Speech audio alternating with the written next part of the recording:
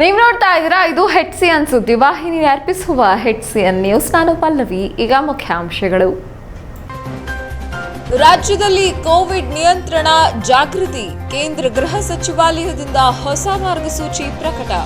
ಹಾಸನ ಜಿಲ್ಲೆಯಲ್ಲಿ ಇಂದು 43 ಪಾಸಿಟಿವ್ ಪತ್ತೆ, 27,000 ಗಡಿಯತ್ತ ಕೊರೋನಾ ಸೋಂಕಿತರ ಸಂಖ್ಯೆ. ಮುಂದಿನ 15 ರಿಂದ 20 ದಿನಗಳಲ್ಲಿ ರಾಜ್ಯದಲ್ಲಿ ಸುಧಾರಿತ ಹಾಗೂ ಕ್ರಾಂತಿಕಾರಿ ಪಿಂಚಣಿ ಯೋಜನೆ ಜಾರಿ. ಪಿಂಚಣಿದಾರರ ವಿವರ ಆಧಾರ್ಗೆ ಜೋಡಣೆ. ಕಂದಾಯ ಸಚಿವ ಆರ್ ಅಶೋಕ್ ಹೇಳಿಕೆ. ಕರ್ನಾಟಕದಲ್ಲಿ ಕನ್ನಡಿಗ ತನ್ನ ಹಕ್ಕುಗಳಿಗಾಗಿ ಹೋರಾಟ ಮಾಡಬೇಕಾಗಿರುವುದು ದುರಂತ. ರಾಜ್ಯ ಸರ್ಕಾರದಿಂದ ವೋಟ್ ಬ್ಯಾಂಕ್ ರಾಜಕಾರಣ. ಕರ್ನಾಟಕ ರಕ್ಷಣಾ ವೇದಿಕೆ ಸ್ವಾಭಿಮಾನಿ ಸೇನೆಯ ರಾಜ್ಯಾಧ್ಯಕ್ಷ ನಿಂಗರಾಜ್ ಗೌಡ ಆರೋಪ. ಕೋವಿಡ್-19 ನಿಯಂತ್ರಣ, ನಿವಾರಣೆ ಮತ್ತು ಜಾಗೃತಿಗೆ ಸಂಬಂಧಿಸಿದಂತೆ ಕೇಂದ್ರ ಗೃಹ ಸಚಿವಾಲಯದ ಸೂಚನೆಯಂತೆ ರಾಜ್ಯದಲ್ಲಿ ಮಾರ್ಗಸೂಚಿ ಹೊರಡಿಸಿದ್ದು, ಇದು ಡಿಸೆಂಬರ್ ಅಂತ್ಯದವರೆಗೆ ಜಾರಿಯಲ್ಲಿರುತ್ತದೆ ಎಂದು ರಾಜ್ಯದ ವಿಪತ್ತು ನಿರ್ವಹಣಾ ಪ್ರಾಧಿಕಾರದ ಅಧ್ಯಕ್ಷ ಹಾಗೂ ಮುಖ್ಯ ಕಾರ್ಯದರ್ಶಿ ಟಿಎಂ ವಿಜಯ್ ಭಾಸ್ಕರ್ ಆದೇಶ ಜಾರಿ ಮಾಡಿದ್ದಾರೆ. ರಾಜ್ಯದ ವಿವಿಧ ನಗರ ಸ್ಥಳೀಯ ಸಂಸ್ಥೆಗಳು ಮಾರ್ಗಸೂಚಿಯನ್ನು ಕಟ್ಟುನಿಟ್ಟಾಗಿ ಪಾಲಿಸಬೇಕು. ಆರ್ಥಿಕ ಚಟುವಟಿಕೆಯನ್ನು ಉತ್ತೇಜಿಸುವ ಹಿನ್ನೆಲೆಯಲ್ಲಿ ವ್ಯಾಪಾರ ಚಟುವಟಿಕೆಗಳಿಗೆ ಮಾತ್ರ ವಸ್ತು ಪ್ರದರ್ಶನ ಮಳಿಗೆಗಳನ್ನು ನೀಡಬೇಕು. ಒಳಾಂಗಣ ಸ್ಥಳಗಳಲ್ಲಿ 200 ಜನರ ಪರಿಮಿತಿಗೆ ಒಳಪಟ್ಟು ಸಭಾಭವನದ ಸಾಮರ್ಥ್ಯವನ್ನು 50% ಮಾತ್ರ ನಿಯಂತ್ರಿಸಬೇಕು. ಇದೇ ಮಾನದಂಡದಡಿ ಧಾರ್ಮಿಕ, ಕ್ರೀಡಾ, ಮನರಂಜನೆ, ಶೈಕ್ಷಣಿಕ, ಸಾಂಸ್ಕೃತಿಕ ಕಾರ್ಯಕ್ರಮಗಳಿಗೆ ಅನುಮತಿ ನೀಡಬಹುದು. ಸೋಂಕು ಪಾಸಿಟಿವಿಟಿ ದರ ಶೇಕಡಾ 10ಕ್ಕಿಂತ ಹೆಚ್ಚಿರುವ ಪ್ರದೇಶಗಳ ಕಚೇರಿಗಳಲ್ಲಿ ಏಕಕಾಲಕ್ಕೆ ಹಾಜರಾಗುವ ಸಿಬ್ಬಂದಿಯ ಸಂಖ್ಯೆಯನ್ನು ಕಡಿತಗೊಳಿಸಲು ಅಥವಾ ಪಾಳಿಯ ಆಧಾರದಲ್ಲಿ ಕಚೇರಿ ಸಮಯವನ್ನು ನಿಗದಿಪಡಿಸಿ ಸೋಂಕು ನಿಯಂತ್ರಣಕ್ಕೆ ಅಗತ್ಯ ಮುನ್ನೆಚ್ಚರಿಕಾ ಕ್ರಮ ಕೈಗೊಳ್ಳಬೇಕು. ಶೇಕಡಾ 50 ಅಥವಾ ಅದಕ್ಕಿಂತ ಹೆಚ್ಚು ನೌಕರರನ್ನು ಹೊಂದಿರುವ ಸಂಸ್ಥೆ ಹಾಗೂ ಕಚೇರಿಗಳಲ್ಲಿ ಆರೋಗ್ಯ ಸೇತು ಆಪ್ ಬಳಕೆಗೆ ಹೆಚ್ಚಿನ ಪ್ರೋತ್ಸಾಹ ನೀಡಬೇಕು. ಸೋಂಕು ನಿಯಂತ್ರಣಕ್ಕಾಗಿ ವಿಪತ್ತು ನಿರ್ವಹಣಾ ಅಧಿನಿಯಮ 2005 ಅಡಿ ಹೊರಡಿಸಲಾದ ಮಾರ್ಗಸೂಚಿಗಳನ್ನು ಜಿಲ್ಲಾಡಳಿತಕ್ಕೂ ದುರ್ಬಲಗೊಳಿಸುವಂತಿಲ್ಲ ಎಂದು ಹೇಳಿದೆ. ಕೆಲಸದ ಸ್ಥಳಗಳಲ್ಲಿ ಸೋಂಕು ನಿಯಂತ್ರಣಕ್ಕೆ ಹೆಚ್ಚು ಒತ್ತು ನೀಡಬೇಕು. ಮನೆಯಿಂದ ಕೆಲಸ ಮಾಡುವ ಪದ್ಧತಿಗೆ ಹೆಚ್ಚಿನ ಪ್ರೋತ್ಸಾಹ. ಸೋಂಕು ಪತ್ತೆ ಪರೀಕ್ಷೆ ಜೊತೆಗೆ ನೈರ್ಮಲ್ಯಕ್ಕೆ ಆದ್ಯತೆ ನೀಡಬೇಕು. ನಿಯಮಿತವಾಗಿ ಸೋಂಕು ನಿವಾರಣೆ ಸಿಂಪಡಿಸಿ ವ್ಯಕ್ತಿಗತ ಅಂತರ ಕಾಯ್ದುಕೊಳ್ಳಬೇಕು ಎಂದು ಸೂಚಿಸಲಾಗಿದೆ. HCN news, Haasan. ಹಾಸನ ಜಿಲ್ಲೆಯಲ್ಲಿ ಕೊರೋನಾ ಸೋಂಕಿತರ ಸಂಖ್ಯೆ ನಿನ್ನೆಗಿಂತ ಕೊಂಚ ಹೆಚ್ಚಾಗಿದೆ. ಶನಿವಾರ ಹೊಸದಾಗಿ 43 ಕೋವಿಡ್ ಪ್ರಕರಣಗಳು ಪತ್ತೆಯಾಗಿದೆ. ಸೋಂಕಿತರ ಸಂಖ್ಯೆ 26,910ಕ್ಕೆ ಏರಿಕೆಯಾಗಿದೆ ಎಂದು ಜಿಲ್ಲಾ ಆರೋಗ್ಯ ಮತ್ತು ಕುಟುಂಬ ಕಲ್ಯಾಣಾಧಿಕಾರಿ ಡಾ ಸತೀಶ್ ಕುಮಾರ್ ತಿಳಿಸಿದ್ದಾರೆ. ಹಾಸನ ಕೋವಿಡ್ ಜಿಲ್ಲಾಸ್ಪತ್ರೆ ಮತ್ತು ಕೋವಿಡ್ ಕೇರ್ ಸೆಂಟರ್ನಲ್ಲಿ 271 ಮಂದಿ ಸಕ್ರಿಯ ಸೋಂಕಿತರು ಚಿಕಿತ್ಸೆ ಪಡೆಯುತ್ತಿದ್ದು, ಇಂದು ಸರಿಸುಮಾರು 51 ಜನರು ಗುಣಮುಖರಾಗಿದ್ದು, ಈವರೆಗೆ ಒಟ್ಟು 26,187 ಮಂದಿ ಆಸ್ಪತ್ರೆಯಿಂದ ಬಿಡುಗಡೆ ಹೊಂದಿದ್ದಾರೆ. ತೀವ್ರ ನಿಗಾ ಘಟಕದಲ್ಲಿ 15 ಜನ ಚಿಕಿತ್ಸೆ ಪಡೆಯುತ್ತಿದ್ದಾರೆ ಹಾಗೂ ಇಂದು ಒಬ್ಬರು ಸಾವನ್ನಪ್ಪಿದ್ದು, ಮೃತರ ಸಂಖ್ಯೆ 452ಕ್ಕೆ ಏರಿಕೆಯಾಗಿದೆ. ಇಂದು ಪತ್ತೆಯಾದ ಕೊರೋನಾ ಸೋಂಕು ಪ್ರಕರಣಗಳಲ್ಲಿ ಅರಕಲಗೂಡು 6, ಅರಸೀಕೆರೆ 6, ಬೇಲೂರು 2, ಚನ್ನರಾಯಪಟ್ಟಣ 9, ಹಾಸನ 16, ಹೊಳೆನರಸೀಪುರ 2, ಸಕಲೇಶಪುರ 1 ಮತ್ತು ಇತರೆ 1 ಸೇರಿ ಒಟ್ಟು 43 ಆಗಿದೆ ಎಂದರು. ಕೊರೋನಾ ಸೋಂಕು ದಿನೇ ದಿನೇ ಉಲ್ಬಣವಾಗುತ್ತಿರುವ ಹಿನ್ನೆಲೆಯಲ್ಲಿ ಯಾರಿಗಾದರೂ ಉಸಿರಾಟದಲ್ಲಿ ತೊಂದರೆ, ಜ್ವರ, ಶೀತ, ನೆಗಡಿ, ಕೆಮ್ಮು ಏನಾದರೂ ಇದ್ದರೆ ಹಿಮ್ಸ್ ಸಾರ್ವಜನಿಕ ಆಸ್ಪತ್ರೆ ಸೇರಿದಂತೆ ಆರೋಗ್ಯ ಕೇಂದ್ರಕ್ಕೆ ಭೇಟಿ ನೀಡಿ ತಪಾಸಣೆಗೆ ಒಳಪಡಬೇಕು. ಸಾರ್ವಜನಿಕರು ಕಡ್ಡಾಯವಾಗಿ ಸಾಮಾಜಿಕ ಅಂತರ ಕಾಯ್ದುಕೊಳ್ಳುವ ಮೂಲಕ ಮತ್ತು ಸಭೆ ಸಮಾರಂಭವನ್ನು ಆದಷ್ಟು ಕಡಿಮೆ ಮಾಡುವ ಮೂಲಕ ಕೊರೋನಾ ಸೋಂಕು ತಡೆಗಟ್ಟುವಲ್ಲಿ ಎಲ್ಲರೂ ಸಹಕರಿಸಬೇಕೆಂದು ಮನವಿ ಮಾಡಿದರು. ನಮಸ್ಕಾರ. ಇವತ್ತಿನ ದಿವಸ ಹಾಸನ ಜಿಲ್ಲೆಯಲ್ಲಿ 43 ಕೋವಿಡ್ ಪಾಸಿಟಿವ್ ಪ್ರಕರಣಗಳು ವರದಿಯಾಗಿದೆ. ಇಲ್ಲಿಯವರೆಗೆ ಜಿಲ್ಲೆಯಲ್ಲಿ 26,910 ಕೋವಿಡ್ ಪಾಸಿಟಿವ್ ಪ್ರಕರಣಗಳು ವರದಿಯಾಗಿದೆ. 51 ಜನ ಆಸ್ಪತ್ರೆಯಿಂದ ಬಿಡುಗಡೆ ಹೊಂದಿದ್ದಾರೆ. ಒಟ್ಟು ಆಸ್ಪತ್ರೆಯಿಂದ ಬಿಡುಗಡೆ ಆದ ಸಂಖ್ಯೆ ಜಿಲ್ಲೆಯಲ್ಲಿ 26,187. ಒಟ್ಟು ಆಕ್ಟಿವ್ ಸಕ್ರಿಯ ಪ್ರಕರಣಗಳು ಇರುವಂಥದ್ದು ಜಿಲ್ಲೆಯಲ್ಲಿ 271. ಇವತ್ತು ಒಬ್ಬರು ಹಾಸನ ತಾಲೂಕಿಗೆ ಸೇರಿದವರು ಈ ಒಂದು ಕೋವಿಡ್ ಸಂಬಂಧಿತ ಕಾಯಿಲೆಯಿಂದ ಮೃತಪಟ್ಟಿದ್ದಾರೆ. ಒಟ್ಟು ಮೃತಪಟ್ಟವರ ಸಂಖ್ಯೆ ಜಿಲ್ಲೆಯಲ್ಲಿ ಇದುವರೆಗೆ 452 ಆಗಿದೆ. ಇವರೆಲ್ಲರ ಅಂತ್ಯಕ್ರಿಯೆಯನ್ನು ಸರ್ಕಾರದ ನಿಯಮಾನುಸಾರ ನೆರವೇರಿಸಲಾಗಿದೆ. 15 ಜನ ಐಸಿಯುನಲ್ಲಿ ಚಿಕಿತ್ಸೆಯನ್ನು ಪಡಿತಾ ಇದ್ದಾರೆ. ತಾಲೂಕು 6, ಅರಕಲಗೂಡಲ್ಲಿ 6, ಅರಸೀಕೆರೆಯಲ್ಲಿ 6, ಬೇಲೂರಲ್ಲಿ 2, ಚನ್ನರಾಯಪಟ್ಟಣದಲ್ಲಿ 9, ಹಾಸನದಲ್ಲಿ 16, ಹೊಳೆನರಸೀಪುರದಲ್ಲಿ 2, ಸಕಲೇಶಪುರ 1, ಒಟ್ಟು 43 ಪ್ರಕರಣಗಳು ಜಿಲ್ಲೆಯಲ್ಲಿ ವರದಿಯಾಗಿವೆ. ಸಾರ್ವಜನಿಕರಲ್ಲಿ ಮನವಿ ಮಾಡೋದೇನೆಂದರೆ, ಯಾರೆಲ್ಲಾದ್ರೂ ಕೋವಿಡ್ ಸಿಂಪ್ಟಮ್ಸ್ ಇದ್ದರೆ, ಚಳಿ, ಜ್ವರ, ನೆಗಡಿ, ಕೆಮ್ಮು, ಶೀತ, ಗಂಟಲು ನೋವು, ಉಸಿರಾಟ ತೊಂದರೆ ಈ ಥರ ಸಿಂಪ್ಟಮ್ಸ್ ಇದ್ದರೆ ತಮ್ಮ ಮೂಗು ಮತ್ತು ಗಂಟಲು ದ್ರವವನ್ನು ಪರೀಕ್ಷೆಗೆ ಒಳಪಡಿಸಬೇಕು. ಮುಂದಿನ 15ರಿಂದ 20 ದಿನಗಳಲ್ಲಿ ರಾಜ್ಯದಲ್ಲಿ ಸುಧಾರಿತ ಹಾಗೂ ಕ್ರಾಂತಿಕಾರಿ ಪಿಂಚಣಿ ಯೋಜನೆ ಜಾರಿಗೆ ಬರಲಿದೆ ಎಂದು ಕಂದಾಯ ಸಚಿವರಾದ ಆರ್ ಅಶೋಕ್ ತಿಳಿಸಿದ್ದಾರೆ. ಹಾಸನ ಜಿಲ್ಲೆ ಚನ್ನರಾಯಪಟ್ಟಣ ಪ್ರವಾಸಿ ಮಂದಿರದಲ್ಲಿಂದು ಸುದ್ದಿಗಾರರೊಂದಿಗೆ ಮಾತನಾಡಿದ ಅವರು, ಅರ್ಹ ಬಡವರಿಗೆ ಅರ್ಜಿರಹಿತ ಪಿಂಚಣಿ ಮಂಜೂರು ಹಾಗೂ ನೇರ ನಗದು ವರ್ಗಾವಣೆ ವ್ಯವಸ್ಥೆ ಜಾರಿಗೆ ಬರಲಿದೆ ಎಂದು ಹೇಳಿದರು. ಪಿಂಚಣಿ ವಿತರಣೆ ವ್ಯವಸ್ಥೆಯಲ್ಲಿ ಪ್ರತಿ ವರ್ಷ 3ರಿಂದ 4% ಹಣ ದುರುಪಯೋಗವಾಗುತ್ತಿದೆ. ಇದರಿಂದ 400ರಿಂದ 500 ಕೋಟಿ ಹಣ ನಷ್ಟವಾಗುತ್ತಿದೆ. ಇದನ್ನು ತಪ್ಪಿಸುವ ನಿಟ್ಟಿನಲ್ಲಿ ಎಲ್ಲ ಪಿಂಚಣಿದಾರ ವಿವರಗಳನ್ನು ಆಧಾರ್ ಸಂಖ್ಯೆಯೊಂದಿಗೆ ಜೋಡಣೆ ಮಾಡಲಾಗುತ್ತಿದೆ ಎಂದು ಕಂದಾಯ ಸಚಿವರು ತಿಳಿಸಿದರು. 60 ವರ್ಷ ತುಂಬಿದ 4 ಎಕರೆಗೂ ಕಡಿಮೆ ಜಮೀನು ಇರುವವರೆಲ್ಲರಿಗೂ ಅಧಿಕಾರಿಗಳೇ ಫಲಾನುಭವಿಗಳ ಮನೆ ಬಾಗಿಲಿಗೆ ತೆರಳಿ ಪಿಂಚಣಿ ಮಂಜೂರು ಮಾಡಲಿದ್ದಾರೆ ಎಂದರು. ಪಿಂಚಣಿ ವಿತರಣೆಗೆ ಸರ್ಕಾರದಲ್ಲಿ ಹಣಕಾಸಿಗೆ ಯಾವುದೇ ಕೊರತೆ ಇಲ್ಲ. ಎಲ್ಲ ಜಿಲ್ಲಾಧಿಕಾರಿಗಳ ಪಿಡಿ ಖಾತೆಯಲ್ಲಿ ಸಾಕಷ್ಟು ಹಣ ಇದೆ ಎಂದು ಅವರು ಅಂಕಿಅಂಶ ಒದಗಿಸಿದರು. ಬಗರ್ಹುಕುಂ ಸಾಗುವಳಿ ಅರ್ಜಿ ಪರಿಶೀಲನೆಗೆ 90% ಸಕ್ರಮ ಸಮಿತಿಗಳನ್ನು ರಚಿಸಲಾಗಿದೆ. ಉಳಿದ ಸಮಿತಿಗಳನ್ನು ಆದಷ್ಟು ಬೇಗ ಪೂರ್ಣಗೊಳಿಸಲಾಗುವುದು ಎಂದು ಆರ್ ಅಶೋಕ್ ಹೇಳಿದರು. ಹೊಸದಾಗಿ ಅರ್ಜಿ ಸಲ್ಲಿಕೆಗೆ ಅವಧಿ ವಿಸ್ತರಣೆ ಮಾಡುವ ಬಗ್ಗೆಯೂ ಬೇಡಿಕೆ ಇದ್ದು, ಸದನದಲ್ಲಿ ಚರ್ಚಿಸಿ ತೀರ್ಮಾನ ಕೈಗೊಳ್ಳಲಾಗುವುದು ಎಂದು ತಿಳಿಸಿದರು. ಕುಮಾರ್ ಅವರು ನಮ್ಮ ರಾಜ್ಯ ಅಧ್ಯಕ್ಷರು, ಅವರ ನೇತೃತ್ವದಲ್ಲಿ ಒಂದು ತಂಡ, ಈಶ್ವರಪ್ಪನವರ ನೇತೃತ್ವದಲ್ಲಿ ಒಂದು ತಂಡ, ನನ್ನ ನೇತೃತ್ವದಲ್ಲಿ ಅಶೋಕ್ ಅವರ ಒಂದು ತಂಡ, ಜಗದೀಶ್ ಶೆಟ್ಟರ್ ನೇತೃತ್ವದಲ್ಲಿ ಒಂದು ತಂಡ, ಗೋವಿಂದ್ ಕಾರಜೋಳ ಅವರ ನೇತೃತ್ವದಲ್ಲಿ ಒಂದು, ಲಕ್ಷ್ಮಣ್ ಸವದಿ ಅವರ ನೇತೃತ್ವ ಒಂದು ತಂಡ, ಇಷ್ಟು ತಂಡಗಳನ್ನು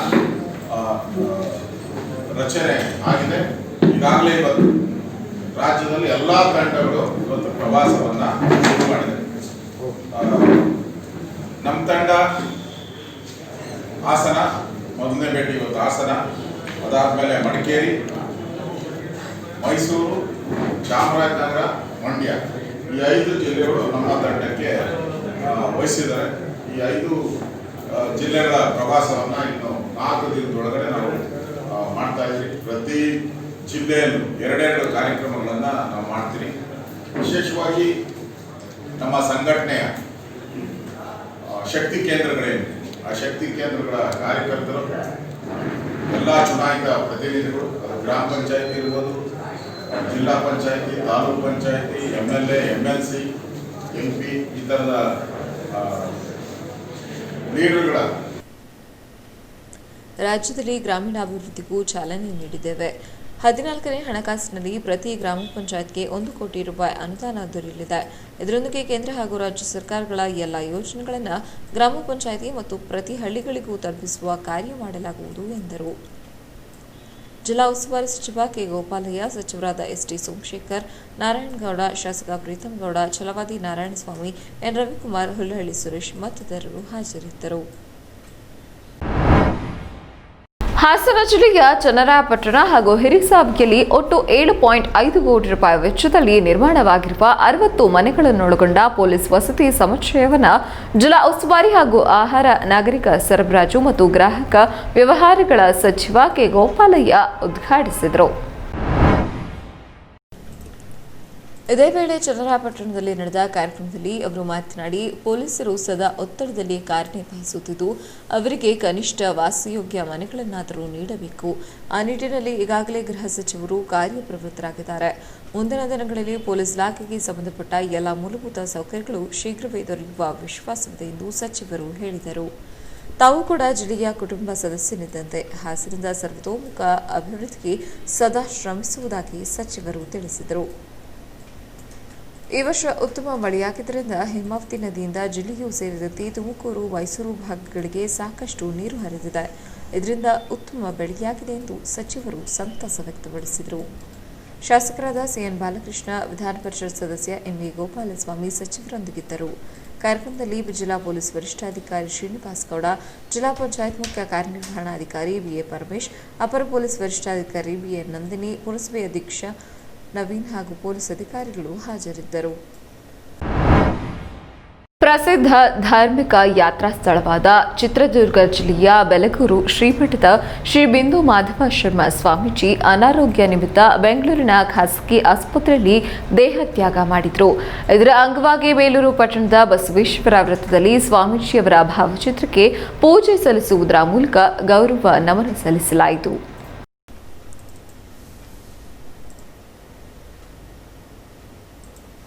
ಚಿತ್ರದುರ್ಗ ಜಿಲ್ಲೆಯ ಹೊಸದುರ್ಗ ತಾಲೂಕಿನ ಬೆಲಗೂರು ಗ್ರಾಮದ ಆಂಜನೇಯ ದೇಗುಲದ ಅವಧೂತ ಎಂದು ಕರೆಸಿಕೊಂಡಿದ್ದ ಬಿಂದು ಮಾಧವ ಶರ್ಮ ಸ್ವಾಮೀಜಿ ಶುಕ್ರವಾರ ವಿಧಿವಶರಾಗಿದ್ದಾರೆ. ಅವರಿಗೆ 75 ವರ್ಷ ವಯಸ್ಸಾಗಿತ್ತು. ಅನಾರೋಗ್ಯದಿಂದ ಬೆಂಗಳೂರಿನ ಖಾಸಗಿ ಆಸ್ಪತ್ರೆಯಲ್ಲಿ ಕೊನೆಯುಸಿರೆಳೆದಿದ್ದಾರೆ. ಅನೇಕ ದೇವಸ್ಥಾನಗಳನ್ನು ಕಟ್ಟುವ ಮೂಲಕ ಜನಪ್ರಿಯತೆ ಗಳಿಸಿದ್ದ ಶ್ರೀಗಳು ಎಲ್ಲರಿಗೂ ಮಾರ್ಗದರ್ಶನ ನೀಡುತ್ತಿದ್ದರು. ಪ್ರತಿಯೊಬ್ಬರನ್ನು ಸಮಾನತೆಯಿಂದ ಕಾಣುತ್ತಿದ್ದರು. ಶ್ರೀಗಳ ಅಗಲಿಕೆಗೆ ಹೊಸದುರ್ಗ ಕುಂಚಿಟಿಗ ಮಠದ ಶಾಂತಿವೀರ ಸ್ವಾಮೀಜಿಗಳು ಸಂತಾಪ ಸೂಚಿಸಿದ್ದಾರೆ. ಸಮಾಜದಲ್ಲಿ ಜಾತಿ ನಿರ್ಮೂಲನೆಯಾಗಬೇಕು. ಬ್ರಾಹ್ಮಣ ಅಂದರೆ ಬ್ರಹ್ಮಜ್ಞಾನಿ, ಎಲ್ಲರನ್ನೂ ಸಮಾನವಾಗಿ ಕಾಣಬೇಕು. ಅವನೇ ನಿಜವಾದ ಬ್ರಾಹ್ಮಣ ಎನ್ನುತ್ತಿದ್ದರು ಎಂದು ಸ್ವಾಮೀಜಿಗಳ ಮಾತುಗಳನ್ನು ಸ್ಮರಿಸಿದ್ದಾರೆ. ವಿವಿಧ ಮಠಾಧೀಶರು ಹಾಗೂ ರಾಜಕೀಯ ನಾಯಕರು ಮೃತರ ಆತ್ಮಕ್ಕೆ ಸಂತಾಪ ಸೂಚಿಸಿದ್ದಾರೆ. ಬೇಲೂರಿನಲ್ಲಿ ಗೌರವ ಸೂಚಿಸಿ ನಂತರ ಮಾತನಾಡಿದ ಶ್ರೀ ವೀರಾಂಜನೇಯ ಸೇವಾ ಸಮಿತಿ ಅಧ್ಯಕ್ಷ ವಿ.ಕೆ. ಮೋಹನ್, ಬೆಲಗೂರು ಶ್ರೀಮಠದ ಶ್ರೀ ಬಿಂದು ಮಾಧವ ಶರ್ಮ ಸ್ವಾಮೀಜಿಯವರು ಆರೋಗ್ಯ ಸರಿ ಇಲ್ಲದ ಕಾರಣ ನಿಧನರಾಗಿದ್ದಾರೆ. ನಾವು ಯಾವುದೇ ರೀತಿಯಲ್ಲಿ ಶ್ರದ್ಧಾಂಜಲಿ ಅರ್ಪಿಸಲು ಆಗುವುದಿಲ್ಲ, ಏಕೆಂದರೆ ಅವರೇ ದೇವರು. ಹಲವಾರು ದೇವಾಲಯಗಳಲ್ಲಿ ಅವರು ಒಳ್ಳೆಯ ಕೆಲಸ ಮಾಡಿದ್ದಾರೆ. ಬೆಲಗೂರಲ್ಲೂ ಸಹ ಉತ್ತಮ ಕೆಲಸ ಮಾಡಿದ್ದಾರೆ. ನಿತ್ಯ ದಾಸೋಹ, ಪೂಜೆ, ಅಭಿವೃದ್ಧಿ ಮಾಡುತ್ತಿದ್ದರು. ಆದರೆ ಅವರು ನಮ್ಮನ್ನು ಅಗಲಿರುವುದು ನಮಗೆ ಭರಿಸಲಾಗದ ನೋವುಂಟು ಮಾಡಿದೆ. ಅವರು ಈಗಲೂ ನಮಗೆ ದೇವರು, ಮುಂದೆಯೂ ನಮಗೆ ಅವರು ದೇವರಾಗಿರುತ್ತಾರೆ. ಕಳೆದ ವರ್ಷ ನಡೆದ ಅದ್ಧೂರಿ ಹನುಮ ಜಯಂತಿ ಉತ್ಸವಕ್ಕೆ ಆಗಮಿಸಿ ಭಕ್ತರಿಗೆ ಶತಕೋಟಿ ರಾಮಜಪ ಪಠಿಸುವ ಮೂಲಕ ಆಶೀರ್ವಚನ ನೀಡುವ ಮೂಲಕ ನಮ್ಮನ್ನು ಹರಿಸಿದ್ದರು ಎಂದು ತಿಳಿಸಿದರು. ಅವರೇ ಒಂದು ದೇವರು. ಅವ್ರಿಗೆ ಯಾವುದೇ ಶ್ರದ್ಧಾಂಜಲಿ ಆಗಲಿ, ಶಾಂತಿಯನ್ನಾಗಲಿ, ಮತ್ತೊಂದು ಇನ್ನೊಂದೇನು ಹೋಗಿಲ್ಲ. ನಾವು ಏನಿದ್ರು ಅವ್ರು ಫೋಟೋ ಇಡೋದು, ಪೂಜೆ ಮಾಡೋದು. ಅವರು ಇಲ್ಲಿ ಗಂಟೆ ಏನು ಮಾಡಿದ್ದಾರೆ, ನಮ್ಮ ರಾಜ್ಯದಲ್ಲಿ ನಾನಾ ಊರುಗಳಲ್ಲಿ ಹಲವಾರು ದೇವಸ್ಥಾನಗಳಲ್ಲಿ ಒಳ್ಳೊಳ್ಳೆ ಕೆಲಸಗಳನ್ನು ಮಾಡಿದ್ದಾರೆ. ಬೆಳಗೂರಲ್ಲಿ ಅತ್ಯುತ್ತಮ ಕೆಲಸಗಳು ಮಾಡಿದ್ದಾರೆ. ದಿನನಿತ್ಯ ದಾಸೋಹ, ಪೂಜೆ. ಗೌರವ ಸಮರ್ಪಣೆಯಲ್ಲಿ ಹನುಮ ಜಯಂತಿ ಸೇವಾ ಸಮಿತಿ ಬೇಲೂರು ಹಾಗೂ ಭಜರಂಗದಳ ತಾಲೂಕು ಸಮಿತಿ ಕಾರ್ಯಕರ್ತರು ಹಾಗೂ ಭಕ್ತಾದಿಗಳು ಹಾಜರಿದ್ದರು. ಪುರಾಣ ಪ್ರಸಿದ್ಧ ಶ್ರೀ ಕ್ಷೇತ್ರ ಕಬ್ಬಳ್ಳಿ ಶ್ರೀ ಬಸವೇಶ್ವರ ಸ್ವಾಮಿಯ 89ನೇ ದನಗಳ ಜಾತ್ರಾ ಮಹೋತ್ಸವಕ್ಕೆ ಆದಿಚುಂಚನಗಿರಿ ಮಠದ ಪೀಠಾಧ್ಯಕ್ಷರಾದ ಶ್ರೀ ಡಾಕ್ಟರ್ ನಿರ್ಮಲಾನಂದನಾಥ ಸ್ವಾಮೀಜಿ ಶನಿವಾರ ಚಾಲನೆ ನೀಡಿದರು. ಮೆರವಿಗ್ರಹ ದೇಗುಲದ ಗರ್ಭಗುಡಿಯಲ್ಲಿ ವಿವಿಧ ಬಗೆಯ ಪುಷ್ಪ ಹಾಗೂ ಒಡವೆ ವಸ್ತ್ರಗಳಿಂದ ಸಿಂಗರಿಸಲಾಗಿದ್ದ ಶ್ರೀ ಬಸವೇಶ್ವರ ಸ್ವಾಮಿಯ ಉತ್ಸವ ಮೂರ್ತಿಗೆ ವಿಶೇಷ ಪೂಜೆ ಸಲ್ಲಿಸುವ ಮೂಲಕ ಜಾತ್ರಾ ಮಹೋತ್ಸವ ಹಾಗೂ ವಿವಿಧ ಧಾರ್ಮಿಕ ಕಾರ್ಯಕ್ರಮಗಳಿಗೆ ಶ್ರೀಗಳು ಚಾಲನೆ ನೀಡಿದರು. ಬಳಿಕ ಶ್ರೀಗಳ ಸಾನ್ನಿಧ್ಯದಲ್ಲಿ ಊರ ಮಧ್ಯದಲ್ಲಿರುವ ಉತ್ಸವ ಮೂರ್ತಿಯ ದೇಗುಲದಿಂದ ಶ್ರೀ ಬಸವೇಶ್ವರ ಸ್ವಾಮಿ ಅಡ್ಡಪಲ್ಲಕ್ಕಿ ಉತ್ಸವವು ಮಂಗಳ ವಾದ್ಯದೊಂದಿಗೆ ಆರಂಭಗೊಂಡು ಗ್ರಾಮದ ರಾಜಬೀದಿಯಲ್ಲಿ ವೈಭವದಿಂದ ಸಾಗಿತು. ಅಲ್ಲಿಂದ ಬೋರೆಮೋಗಲು ಶ್ರೀ ಕ್ಷೇತ್ರದ ಮೂಲ ಸನ್ನಿಧಿಗೆ ಆಗಮಿಸಿತು. ಶ್ರೀ ಕ್ಷೇತ್ರದ ಆವರಣದಲ್ಲಿ ಶ್ರೀಗಳು ಧರ್ಮ ಧ್ವಜಾರೋಹಣ ನೆರವೇರಿಸಿ ಸನ್ನಿಧಿಯಲ್ಲಿ ನಡೆಯಲಿರುವ ಧಾರ್ಮಿಕ ಹಾಗೂ ಸಾಂಸ್ಕೃತಿಕ ಕಾರ್ಯಕ್ರಮಗಳಿಗೆ ಚಾಲನೆ ನೀಡಿದರು. ಗಂಗಾ ಪೂಜೆ, ಗೋಪೂಜೆ, ಅಂಕುರಾರ್ಪಣೆ ಬಳಿಕ ಶ್ರೀ ಮಹಾಲಕ್ಷ್ಮಿ ಹಾಗೂ ಶ್ರೀ ಬಸವೇಶ್ವರ ಸ್ವಾಮಿ ಸನ್ನಿಧಿಯಲ್ಲಿ ಅಭಿಷೇಕ, ಕುಂಭಾಭಿಷೇಕ ಹಾಗೂ ವಿವಿಧ ಪೂಜಾ ಕೈಂಕರ್ಯಗಳು ನೆರವೇರಿದವು. ಬಳಿಕ ಶ್ರೀ ನಿರ್ಮಲಾನಂದನಾಥ ಮಹಾಸ್ವಾಮೀಜಿ ಮಾತನಾಡಿ, ಕೊರೋನಾ ಸಂಕಷ್ಟ ಎಂದು ಸಂಪ್ರದಾಯವನ್ನು ಬಿಡುವಂತಿಲ್ಲ. ಹಾಗಾಗಿ ಭಕ್ತರ ಭಾವನೆಗೆ ಧಕ್ಕೆಯಾಗಬಾರದು ಎಂಬ ದೃಷ್ಟಿಯಿಂದ ಸರಳವಾಗಿಯೇ ಜಾತ್ರಾ ಮಹೋತ್ಸವ ನಡೆಯಲಿದೆ. ಈ ಭಾಗದ ನೀರಾವರಿ ವಿಚಾರವಾಗಿ ಸಿಎಂ ಹಾಗೂ ಸಚಿವರ ಗಮನಕ್ಕೂ ತರಲಾಗಿದೆ. ಇನ್ನು ಕೊರೋನಾ ಸೋಂಕಿಗೆ ಔಷಧಿ ಲಭ್ಯವಾಗುವ ದಿನಗಳು ಸಮೀಪಿಸುತ್ತಿದೆ ಎಂದು ತಿಳಿಸಿದರು. ಈ ವರ್ಷ ಕೊರೋನಾ ಇರೋದ್ರಿಂದ ನಾಡಿನೆಲ್ಲೆಡೆ ಆರೋಗ್ಯಕ್ಕೆ ಸಂಬಂಧಿಸಿದ ಸಾಕಷ್ಟು ನೀತಿ ನಿಯಮಗಳನ್ನು ಇನ್ನೂ ಕೂಡ ಕಾಪಾಡಬೇಕಾಗಿರೋದ್ರಿಂದ ಸಂಪ್ರದಾಯದ ಆಚರಣೆಗಳನ್ನು ಕೂಡ ಬಿಡೋ ಹಾಗಿಲ್ಲ. ಯಾಕೆಂದರೆ ಸಂಪ್ರದಾಯದ ಆಚರಣೆಗಳು ಮನುಷ್ಯನಿಗೆ ಮಾನಸಿಕ ಶಕ್ತಿಯನ್ನು, ಆರೋಗ್ಯದ ವೃದ್ಧಿಯನ್ನು ಕೊಡ್ತವೆ. ಹಾಗಂತ ಹೇಳಿ ಭೌತಿಕ ಜಗತ್ತಿನ ನಿಯಮಗಳು ಕೂಡ ಮೀರೋಂಗಿಲ್ಲ. ಅದಕ್ಕೋಸ್ಕರ ಈ ವರ್ಷ ಇದ್ದಂಥ ಹಲವಾರು ವಿಜೃಂಭಣೆಯ ಕಾರ್ಯಕ್ರಮಗಳನ್ನು ರದ್ದು. ಕೋವಿಡ್ ವ್ಯಾಕ್ಸಿನ್ ಹಲವಾರು ಹಂತದ ಕ್ಲಿನಿಕಲ್ ಟ್ರಯಲ್ಸ್ನಲ್ಲಿ ಪಾಸ್ ಆಗ್ತಾ ಇದೆ. ಫಸ್ಟು, ಸೆಕೆಂಡು, ಥರ್ಡ್ ಫೇಸ್ ಹಲವಾರು ಹಂತಗಳಿದ್ದಾವೆ. ಯಾಕಂದರೆ ಈ ಎಲ್ಲ ಹಂತಗಳನ್ನ ದಾಟದಲ್ಲೇ ನೇರವಾಗಿ ಮನುಷ್ಯರಿಗೆ ಕೊಡಲಿಕ್ಕೆ ಹೋದದ್ದೇ ಆದರೆ ಸಾರ್ವಜನಿಕವಾಗಿ ಟ್ರಯಲ್ಸ್ ಮುಗಿಸ್ತಾರೆ ಅನಾಹುತ ಆಗ್ತದೆ. ಅದಕ್ಕೋಸ್ಕರ ಎಲ್ಲವನ್ನು ಕೂಡ ಪರೀಕ್ಷಿಸಿ ಆದಷ್ಟು ಬೇಗ ಬರ್ತೀವಿ ಅಂತ ಪ್ರಧಾನಮಂತ್ರಿಗಳು ಕೂಡ ಹೇಳಿದರೆ ಆದಷ್ಟು ಬೇಗ. ಕರ್ನಾಟಕದಲ್ಲಿ ಕನ್ನಡಿಗ ತನ್ನ ಹಕ್ಕುಗಳಿಗಾಗಿ ಹೋರಾಟ ಮಾಡಬೇಕಾಗಿರುವುದು ದುರಂತವಾಗಿದೆ ಎಂದು ಕರ್ನಾಟಕ ರಕ್ಷಣಾ ವೇದಿಕೆ ಸ್ವಾಭಿಮಾನಿ ಸೇನೆ ರಾಜ್ಯಾಧ್ಯಕ್ಷ ನಿಂಗರಾಜ್ ಗೌಡ ಹೇಳಿದ್ದಾರೆ. ಸಕಲೇಶಪುರ ಪಟ್ಟಣದ ಸಮೀಪದ ಆಚಂಗಿ ಗ್ರಾಮದಲ್ಲಿ ಕರ್ನಾಟಕ ರಕ್ಷಣಾ ವೇದಿಕೆ ಸ್ವಾಭಿಮಾನಿ ಸೇನೆ ಹಮ್ಮಿಕೊಂಡಿದ್ದ ಕನ್ನಡ ರಾಜ್ಯೋತ್ಸವ ಕಾರ್ಯಕ್ರಮ ಉದ್ಘಾಟಿಸಿ ಮಾತನಾಡಿ ಸೇನೆಯ ರಾಜ್ಯಾಧ್ಯಕ್ಷ ನಿಂಗರಾಜ್ ಗೌಡ, ರಾಜ್ಯದಲ್ಲಿ ಸರ್ವಧರ್ಮೀಯರು ಇದ್ದಾರೆ. ರಾಜ್ಯ ಸರ್ಕಾರ ಸರ್ವ ಜನಾಂಗವನ್ನು ಎತ್ತುಗಟ್ಟಿ ವೋಟ್ ಬ್ಯಾಂಕ್ ರಾಜಕಾರಣ ಮಾಡುತ್ತಿದೆ. ಭಾಷೆಗೆ ಗಂಡಾಂತರವಾದಾಗ ನಮ್ಮ ಕಾರ್ಯಕರ್ತರು ಸಿಡಿದೇಳಬೇಕು ಎಂದರು. ಮರಾಠಿ ಪ್ರಾಧಿಕಾರಕ್ಕೆ 50 ಕೋಟಿ ನೀಡಲಾಗಿದೆ. ಅದೇ ಕನ್ನಡ ಪ್ರಾಧಿಕಾರಕ್ಕೆ 5 ಕೋಟಿ ರೂಪಾಯಿ ನೀಡಲಾಗಿದೆ. ಈ ಬಗ್ಗೆ ಧ್ವನಿ ಎತ್ತಿದ್ರೆ ಕನ್ನಡ ಹೋರಾಟಗಾರರನ್ನ ರೋಲ್ ಕಾಲ್ ಮಾಡುವವರು ಎಂದು ಹೇಳುತ್ತಾರೆ ಎಂದು ಆಕ್ರೋಶ ವ್ಯಕ್ತಪಡಿಸಿದರು. ಅವಮಾನ ಆದಾಗ ನೀವೆಲ್ಲ ಯುವಕರು ಸಿಡಿದೇಳ್ಬೇಕಾಗ್ತದೆ. ನಮ್ಮ ಸ್ನೇಹಿತರು ಹೇಳಿದಂಗೆ ಈ ವಿಚಾರದಲ್ಲಿ ಯಾರು ನಮ್ಮವರು ತಮ್ಮವರು ಅನ್ನಬಾರ್ದು. ನಾವು ಅಧಿಕಾರಕ್ಕೆ ನಮ್ಮ ಪದಗ್ರಹಣ ನಾವು ಮಾಡುವಾಗ ನಮ್ಮವನೋ ತಮ್ಮವನೋ ಯಾವನೇ ತಪ್ಪು ಮಾಡಿರ್ಲಿ ಅವನ ಖಂಡಿಸ್ಬೇಕು. ನೀವ್ ಯಾವಾಗ ಖಂಡಿಸ್ತೀರಿ ಅವಾಗ ಮಾತ್ರ ಈ ಕರ್ನಾಟಕ ಉಳಿತದೆ ಅಂತ ಹೇಳಿಕೆ ಈ ಸಮಯದಲ್ಲಿ ನಾನು ಮಾತಾಡ್ತೀನಿ.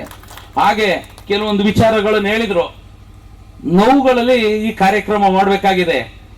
ನೋವು ಎಷ್ಟು ಜನ ಯಾವ ರೀತಿ ಕಾಲೆಳಿತಾರೆ ಅಂದ್ರೆ, ನಮ್ ಸಾಗರ್ ನಾನು ಎಲ್ಲ ನಿಮ್ಮಿಂದ ನೀವೆಲ್ಲ ಕಳಿಸಿ ಇಲ್ಲಿ ಕೂತಿದೀವಿ. ನಾಳೆ ದಿವಸ ನೀವು ಇಲ್ಲಿ ಬಂದು ಕೂತ್ಕೋತೀರಿ.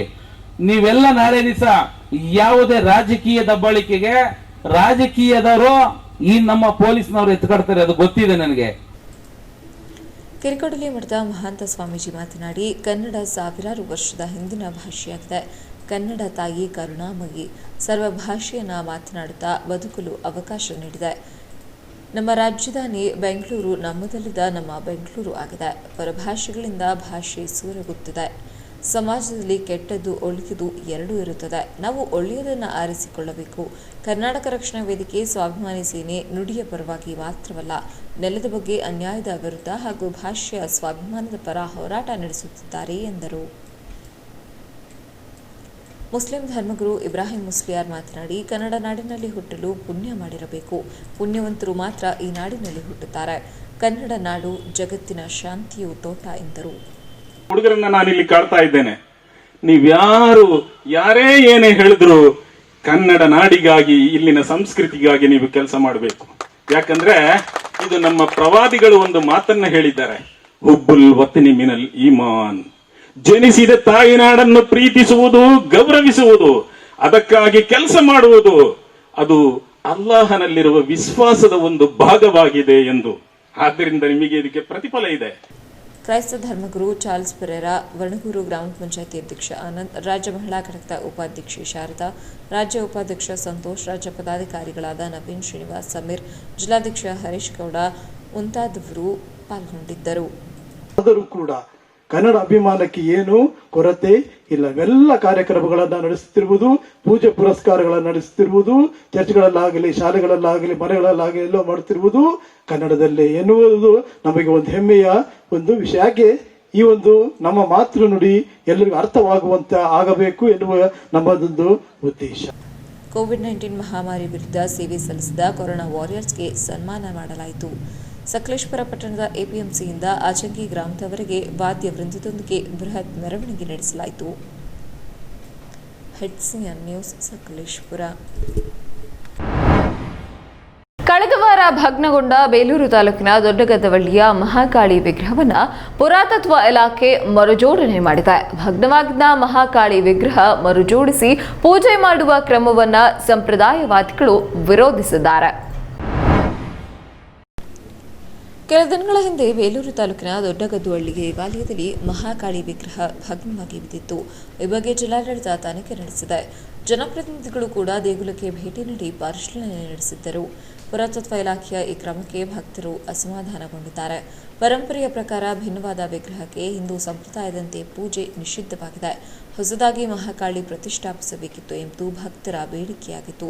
ಆದರೆ ಎಲ್ಲ ಸಂಪ್ರದಾಯಗಳನ್ನು ಪುರಾತತ್ವ ಇಲಾಖೆ ಗಾಳಿಗೆ ತೂರಿದೆ. ಈ ಬಗ್ಗೆ ಮಾತನಾಡಿದ ಪತ್ರಕರ್ತ ಜಗದೀಶ್, ಕಾಳಿ ವಿಗ್ರಹ ಭಗ್ನವಾಗಿರುವುದನ್ನು ಖಂಡಿಸಿದ ಅವರು, ಹಿಂದೂ ಸಂಪ್ರದಾಯದ ಪ್ರಕಾರ ಭಗ್ನ ವಿಗ್ರಹವನ್ನು ಮತ್ತೆ ಪೂಜೆಗೆ ಇಡುವುದಿಲ್ಲ. ಆದರೆ ಪುರಾತತ್ವ ಇಲಾಖೆ ಭಗ್ನಗೊಂಡ ವಿಗ್ರಹವನ್ನು ಮರುಜೋಡಿಸಿ ವಸ್ತು ಸಂಗ್ರಹಾಲಯದಲ್ಲಿ ಇಡಬಹುದು. ಹಳೆ ವಿಗ್ರಹದಂತೆ ಇನ್ನೊಂದು ಹೊಸ ವಿಗ್ರಹವನ್ನು ಶಿಲ್ಪಿಗಳಿಂದ ತಯಾರಿಸಿ ನಂತರ ಪೂಜಿಸಬೇಕು ಎಂದು ಆಗ್ರಹಿಸಿದರು. ಹಾಸನ ವಿಶ್ವಕರ್ಮ ಮಹಾಸಭಾದ ಮಾಜಿ ಜಿಲ್ಲಾಧ್ಯಕ್ಷ ಎಚ್.ವಿ. ಹರೀಶ್, ತಾವು ಇತಿಹಾಸದ ಪ್ರಕಾರ ತಿಳಿದಿರುವಂತೆ ಭಾರತೀಯ ಹಿಂದೂ ಪರಂಪರೆಯಲ್ಲಿ ಭಗ್ನವಾದ ವಿಗ್ರಹಗಳನ್ನು ಬೇರೆ ಕಡೆ ಸಂರಕ್ಷಣೆ ಮಾಡಬೇಕು, ಅದನ್ನು ಪೂಜಿಸಲಾಗುವುದಿಲ್ಲ. ಏಕೆಂದರೆ ವಿಗ್ರಹ ಭಗ್ನಗೊಂಡರೆ ಅದರ ದೈವಶಕ್ತಿ ಹೊರಟು ಹೋಗುತ್ತದೆ ಎಂಬ ನಂಬಿಕೆ ಹಿಂದೂ ಧರ್ಮದಲ್ಲಿದೆ ಎಂದು ಹೇಳಿದರು. ಪ್ರಾಚ್ಯ ವಸ್ತು ಇಲಾಖೆ ನಿಯಮದ ಪ್ರಕಾರ ಹಾಸನದ ದೊಡ್ಡಗದ್ದವಳ್ಳಿ ದೇವಾಲಯದ 1958ರಿಂದ ಒಂದು ರಾಷ್ಟ್ರೀಯ ಸ್ಮಾರಕ. ಅಲ್ಲಿ ಯಾವ ಪೂಜೆಯಾಗಲಿ ಅಥವಾ ಧಾರ್ಮಿಕ ಕಾರ್ಯಕ್ರಮಗಳಿಗೆ ಅವಕಾಶವಿಲ್ಲ. ಇಲ್ಲಿ ಪುರಾತತ್ವ ಇಲಾಖೆಯಿಂದ ನೇಮಕಗೊಂಡು ಪೂಜೆ ಸಲ್ಲಿಸುತ್ತಿದ್ದ ಅರ್ಚಕರು ನಿಧನರಾಗಿದ್ದಾರೆ. ಗ್ರಾಮಸ್ಥರ ಭಕ್ತಿಯಿಂದಷ್ಟೇ ಇಲ್ಲಿ ನಿತ್ಯ ಪೂಜೆಗಳು ನಿರಂತರವಾಗಿ ನಡೆದುಕೊಂಡು ಬಂದಿದೆ. ಆದರೆ ಬಹುದಿನದಿಂದ ಈ ದೇವಾಲಯದ ಹೆಸರಿನಲ್ಲಿ ಧರ್ಮದರ್ಶಿ ಸಮಿತಿಯಾಗಲಿ, ಟ್ರಸ್ಟ್ ಆಗಲಿ ಇದ್ದರೆ ಅಥವಾ ವಂಶ ಪಾರಂಪರ್ಯವಾಗಿ ಯಾವುದಾದರೂ ಮನೆತನಗಳು ಪೂಜಾ ಕೈಂಕರ್ಯಗಳನ್ನು ನಡೆಸಿಕೊಂಡು ಬಂದಿದ್ದಲ್ಲಿ ಮಾತ್ರವೇ ಪೂಜೆಗೆ ಇಲಾಖೆ ಅವಕಾಶ ನೀಡುತ್ತದೆ. ಇಂಥ ಪುರಾಣ ಪ್ರಸಿದ್ಧ ಬೇಲೂರು ಹಳೆಬೀಡಿಗಿಂತ ಪುರಾತನವಾದ ಅತ್ಯಂತ ಮಹಿಮೆಯುಳ್ಳ ಈ ದೇವಾಲಯದ ಅಭಿವೃದ್ಧಿಯಿಂದ ಪ್ರವಾಸೋದ್ಯಮದ ಅಭಿವೃದ್ಧಿಯೂ ಆಗಲಿದೆ. ಈ ಬಗ್ಗೆ ಚುನಾಯಿತ ಪ್ರತಿನಿಧಿಗಳು ಮತ್ತು ಜಿಲ್ಲಾಡಳಿತ ಗಮನಿಸಲಿ ಎಂದು ಆಶಿಸುತ್ತೇವೆ ಎಂದು ತಿಳಿಸಿದರು. ದೊಡ್ಡಗದ್ದೊಳ್ಳಿ ದೇವಸ್ಥಾನದ ಮಹಾಕಾಳಿ ವಿಗ್ರಹನ ಏನು ಕಿಡಿಗೇಡಿಗಳು ಕೆಡವಿದ್ರೋ ಅದು ಅಕ್ಷಮ್ಯ ಅಪರಾಧ. ಅದಕ್ಕಿಂತ ದೊಡ್ಡ ಅಪರಾಧ ಯಾರಪ್ಪ ಅಂತಂದರೆ ಪುರಾತತ್ವ ಇಲಾಖೆದು. ಭಗ್ನಗೊಂಡ ವಿಗ್ರಹನ ಕೇವಲ ಮರುಜೋಡಣೆ ಮಾಡಿ ಭಕ್ತರಿಗೆ, ಪ್ರವಾಸಿಗರಿಗೆ ಕಣ್ಣಿಗೆ ಮಣ್ಣೇರ್ಚಬೇಡಿ. ದಯಮಾಡಿ ಅತ್ಯಂತ ನುರಿತ ಶಿಲ್ಪಿಗಳು ನಮ್ಮ ದೇಶದಲ್ಲಿದ್ದಾರೆ, ನಮ್ಮ ರಾಜ್ಯದಲ್ಲಿದ್ದಾರೆ, ಜಿಲ್ಲೆಯ ಸುತ್ತಮುತ್ತ ಇದ್ದಾರೆ. ಅವರಿಂದ ಮೂಲ ವಿಗ್ರಹದ ಪ್ರತಿರೂಪದ ವಿಗ್ರಹವನ್ನು ಸ್ಥಾಪನೆ ಮಾಡಿ ಅನ್ನೋದು ನಮ್ಮ ಬೇಡಿಕೆ. ಭಗ್ನಗೊಂಡಿರೋ ದೇವ್ರನ್ನ ಕರ್ಕೊಂಬಂದು ಪ್ರವಾಸಿಗರಿಗೋ ಭಕ್ತರಿಗೋ ತೋರಿಸಿ ಅದಕ್ಕೆ ಪೂಜೆ ಮಾಡಿ ಇನ್ನೊಂದಿಷ್ಟು ಹಿಂದೂ ಸಂಪ್ರದಾಯಕ್ಕೆ ಅಪಚಾರ ಮಾಡಬೇಡಿ. ಈ ತಪ್ಪನ್ನು ತಿದ್ಕೊಳ್ಳೋದಾರೆ ದಯವಿಟ್ಟು ಬೇಗ ಪುರಾತತ್ವ ಇಲಾಖೆ ತಿದ್ಕೋಬೇಕು. ಇಲ್ಲಾಂದರೆ ಅವ್ರ ವಿರುದ್ಧ ಬೀದಿಗಿಳಿದು ಹೋರಾಟ ಮಾಡಬೇಕಾಗತ್ತೆ. HCN ನ್ಯೂಸ್ನಲ್ಲಿ ಈಗ ಒಂದು ಚಿಕ್ಕ ಬ್ರೇಕ್.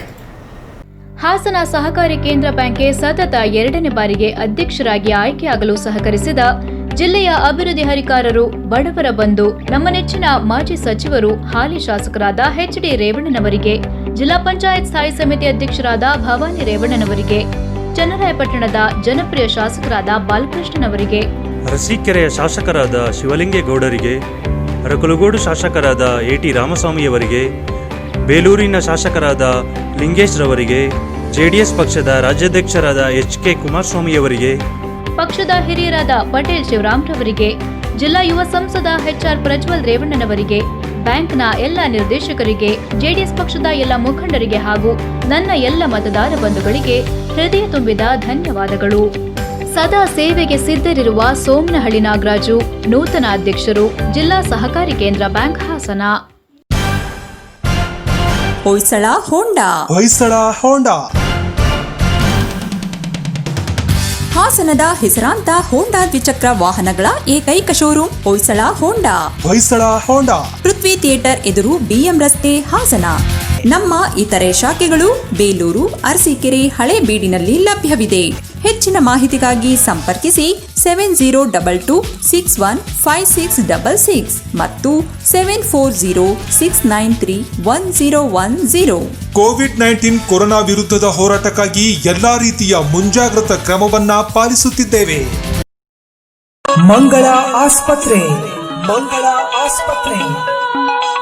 ಹಾಸನದ ಪ್ರತಿಷ್ಠಿತ ಆಸ್ಪತ್ರೆಗಳಲ್ಲಿ ಒಂದಾದ ಮಂಗಳ ಆಸ್ಪತ್ರೆಯು ಕರ್ನಾಟಕ ರಾಜ್ಯದಲ್ಲಿ 15ನೇ ಸ್ಥಾನ ಪಡೆದು ಹಾಸನದ ಹಿರಿಮೆಯನ್ನು ಹೆಚ್ಚಿಸಿದ ಮಂಗಳ ಆಸ್ಪತ್ರೆಯ ವ್ಯವಸ್ಥಾಪಕರಾದ ಡಾಕ್ಟರ್ ಅಶೋಕ್ ಗೌಡರ ಸಾರಥ್ಯದಲ್ಲಿ ಇದೀಗ ಮಲ್ಟಿ ಸ್ಪೆಷಾಲಿಟಿ ಆಸ್ಪತ್ರೆಯಾಗಿ ಕಾರ್ಯನಿರ್ವಹಿಸುತ್ತಿದ್ದು ಹಾಸನ ಜಿಲ್ಲೆಯ ಏಕೈಕ NABH ಆಸ್ಪತ್ರೆಯಾಗಿದೆ. Doctor Nandan Ashok, gastroenterologist ಮತ್ತು ಹೆಪಿಟೋಬಿಲಿಯರಿ ಸರ್ಜನ್ ಇವರ ಸಾರಥ್ಯದಲ್ಲಿ ಸರ್ಜಿಕಲ್ ಗ್ಯಾಸ್ಟ್ರೋ ಎಂಟ್ರಾಲಜಿ ಲ್ಯಾಪ್ರೋಸ್ಕೋಪಿಕ್ ಶಸ್ತ್ರಚಿಕಿತ್ಸಾ ಸೌಲಭ್ಯ ಪ್ರಾರಂಭವಾಗಿದೆ. ಈ ಸಾಮಾನ್ಯರಿಗೂ ಉತ್ತಮ ಸೇವೆ, 24 ಗಂಟೆಗಳ ಚಿಕಿತ್ಸಾ ಸೌಲಭ್ಯವಿದೆ. ಮಾಹಿತಿಗಾಗಿ ಸಂಪರ್ಕಿಸಿ ಮಂಗಳ ಆಸ್ಪತ್ರೆ. ಕರೆ ಮಾಡಿ 08172267236 ಮತ್ತು 261891.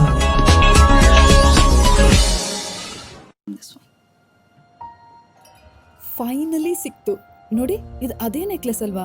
ಎಕ್ಸ್ಕ್ಯೂಸ್ ಮೀ, ಇದು ಸೇಮ್ ಪೀಸ್ ಅಲ್ವಾ? Yes ma'am. ನಾವಿದನ್ನ ಬೆಂಗಳೂರಲ್ಲಿ ತಗೊಂಡಿದ್ದು, ಆದ್ರೆ ಮುಂಬೈಯಲ್ಲಿ ಗೋಲ್ಡ್ ರೇಟ್ ಬೇರೆ ಇರುತ್ತಲ್ಲ? ಇರುತ್ತೆ, ಆದ್ರೆ ಮಲ್ಬಾರ್ನಲ್ಲಿ ಹಾಗಿರೋಲ್ಲ. ಯಾಕಂದ್ರೆ ಮಲ್ಬಾರ್ ನೀಡ್ತಾ ಇದೆ one best rate for gold ಇಂಡಿಯಾದೆಲ್ಲೆಡೆ. ಬೆಂಗಳೂರಲ್ಲಿ ಅಥವಾ Mumbai, one India one gold rate. ಇನ್ನೊಂದು ವಿಷಯ, ಕ್ವಾಲಿಟಿಯಲ್ಲಿ no compromise. 100% BIS hallmark ಇರೋ ಗೋಲ್ಡ್ ಮತ್ತು ರೆಸ್ಪಾನ್ಸಿಬ್ಲಿ ಸೋರ್ಸ್ಡ್. ಇದು ಮಲ್ಬಾರ್ ಪ್ರಾಮಿಸ್. ಹಾಗೆ ಈ ಹಾರ ನಿಮ್ಗೆ ಸೂಪರ್ ಕಾಣುತ್ತೆ. ಆಕ್ಚುಲಿ ನನ್ನ ಸೊಸೆಗೋಸ್ಕರ ಇದು ಸೇಮ್ ಪೀಸ್ ಬೇಕಿತ್ತು. I like it. One India one gold rate. ಇದು Malabar promise. Style my space. Style my space ಇದೀಗ ಹಾಸನದಲ್ಲಿ ನೂತನವಾಗಿ ಪ್ರಾರಂಭವಾಗಿರುವ style my space. Style my space exclusive wallpaper home finishing showroom. ನಮ್ಮಲ್ಲಿ 8,000ಕ್ಕೂ ಅಧಿಕ ಡಿಸೈನ್ಗಳು ಲಭ್ಯ. ನಿಮ್ಮ ಮನೆಯ ಗೋಡೆಗಳನ್ನು ಶೃಂಗರಿಸಲು ಇದೀಗ ಸುಲಭ. ಕೇವಲ 999 ರೂಪಾಯಿಗಳಿಂದ ಪ್ರಾರಂಭ. ನಮ್ಮಲ್ಲಿ ವಾಲ್ಪೇಪರ್ಸ್, 3D ಮತ್ತು customized wallpapers, wooden floorings, PVC floorings, artificial grass, wall textures ನಿಮ್ಮ ಕೈಗೆಟುಕುವ ದರದಲ್ಲಿ ದೊರೆಯುತ್ತವೆ. ಗೋಡೆಗಳ ಮೆರುಗಿಗೆ ಮತ್ತೊಂದು ಹೆಸರು style my space. Site evolution and free consultation. ಹೆಚ್ಚಿನ ಮಾಹಿತಿಗಾಗಿ ಭೇಟಿ ಮಾಡಿ ಜಯನಗರ ರಿಂಗ್ ರಸ್ತೆ, ವಿಶಾಲ್ ಮಾರ್ಟ್ ಎದುರು, ಹಾಸನ. ಫೋನ್ ನಂಬರ್ 8867396938 ಮತ್ತು 8073484880. Unilet electronics and home appliances. ಹಾಸನದಲ್ಲಿ ನೂತನವಾಗಿ ಪ್ರಾರಂಭವಾಗಿರುವ Unilet electronics and home appliances ಶೋರೂಮ್ನಲ್ಲಿ ಗುಣಮಟ್ಟದ ಗೃಹೋಪಯೋಗಿ ಎಲೆಕ್ಟ್ರಾನಿಕ್ ವಸ್ತುಗಳ ಭಂಡಾರ. ನಮ್ಮಲ್ಲಿ ಪ್ರಸಿದ್ಧ ಕಂಪನಿಗಳ washing machines, refrigerators, LED TVs, mobiles, air conditioners, mixers, grinders ಇತ್ಯಾದಿ ವಸ್ತುಗಳು ನಿಮ್ಮ ಕೈಗೆಟುಕುವ ದರದಲ್ಲಿ ಲಭ್ಯ. 0% ಫೈನಾನ್ಸ್ ಡೌನ್ ಪೇಮೆಂಟ್, ಗ್ಯಾರಂಟಿ, ಕಡಿಮೆ ಬೆಲೆ, ಖಚಿತವಾದ ಉಡುಗೊರೆಗಳು, ಬಜಾಜ್ ಫಿನ್ಸರ್ವ್ನಿಂದ EMI ಸೌಲಭ್ಯ ಮತ್ತು ಯುನಿಲೇಟ್ ಕಂಪನಿಯು ರಾಜ್ಯಾದ್ಯಂತ ತನ್ನ 55 ಶಾಖೆಗಳನ್ನು ಹೊಂದಿದೆ. ಹೆಚ್ಚಿನ ಮಾಹಿತಿಗಾಗಿ ಸಂಪರ್ಕಿಸಿ BM road, beside Unity Scan, opposite hotel Jewel Rock, Hassan. Phone number 9900032412 ಹಾಗೂ 9900987331. ಬ್ರೇಕ್ನ ನಂತರ HCN ನ್ಯೂಸ್ಗೆ ಮತ್ತೊಮ್ಮೆ ಸ್ವಾಗತ. ಹಾಸನ ಜಿಲ್ಲಾ ಪೊಲೀಸ್ ಮತ್ತು ಹಾಸನ ನಗರ ಸಂಚಾರ ಪೊಲೀಸ್ ವತಿಯಿಂದ ನಾಗರಿಕರ ಸುರಕ್ಷತೆಗಾಗಿ HCTP ಎಂಬ ಹೊಸ ಆಪ್ ಅನ್ನು ಬಿಡುಗಡೆ ಮಾಡಿದ್ದು, ನಾಗರಿಕರಿಗೆ ಹಾಗೂ ಆಟೋ ಚಾಲಕರಿಗೂ ಹಲವಾರು ರೀತಿಗಳಲ್ಲಿ ಪ್ರಯೋಜನವಾಗಲಿದೆ.